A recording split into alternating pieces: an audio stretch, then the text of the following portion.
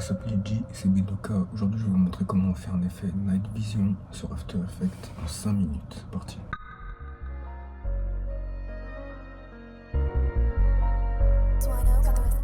Alors tout d'abord, une fois que vous êtes sur After Effects et que vous avez choisi votre rush, vous allez l'exporter.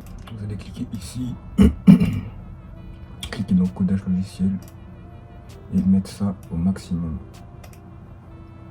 Une fois que ceci est fait, vous allez choisir le dossier de destination. Donc moi en l'occurrence ça va être ici. On lance le rendu. Maintenant une fois que le rendu est terminé, on va sur l'application Color NTS. Je vais vous mettre le lien de téléchargement juste en dessous la description. C'est gratuit. Tac, donc une fois qu'on ouvre NTS, on se retrouve sur une page blanche comme ceci. Vous allez cliquer sur Drop File.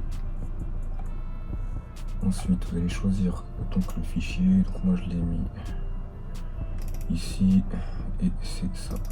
Une fois que vous avez importé votre fichier, vous allez dans Select Color Map, très important, et vous allez choisir Deep Green pour l'effet souhaité. Ensuite vous allez cliquer sur Output Folder, choisir ce dossier là et hop. Une fois que tout ça est bon, vous allez cliquer sur Stop Process et on attend que le rendu se fasse. Vous avez une preview. Là ce que vous allez faire, c'est que vous allez importer du coup le fichier que vous avez exporté. Moi je l'ai déjà importé, il est ici. Tac. Donc vous pouvez voir déjà ça rentrait très bien, mais on va pas se contenter de ça. On va rajouter l'espèce de petit carré rouge là de scan. Alors pour ce faire, vous allez cliquer juste ici.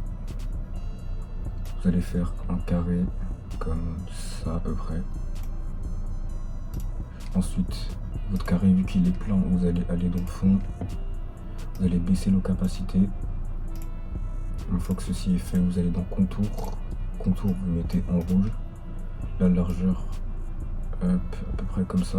Moi, je la fais de vue à peu près à 32. Et là, ensuite, ce qu'on va faire, c'est qu'on va animer des keyframes pour que ça suive l'objet, enfin le subject. Alors, vous allez cliquer dans position. Tac, pour la première frame. La deuxième. Tac. Il faut toujours essayer de centrer. Tac. Tac. Tac. Et voilà.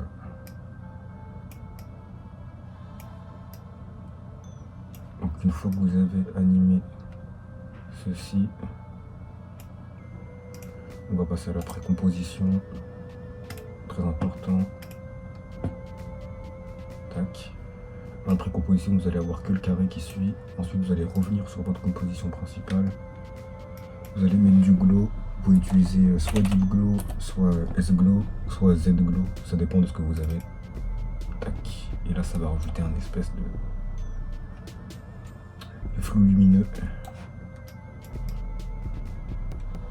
Et là, on a presque fini l'effet. Si vous voulez plus d'impact, vous allez faire quoi? Vous allez créer un calque. Enfin, du moins un solide, pardon. Un solide rouge. Donc, vous allez à quelques frames après. Tac. Vous faites transformer. Et là, on fait quoi? On fait opacité. Tac. Et là, 0. Et en gros, qu'est-ce que ça fait? Ça fait un petit impact rouge.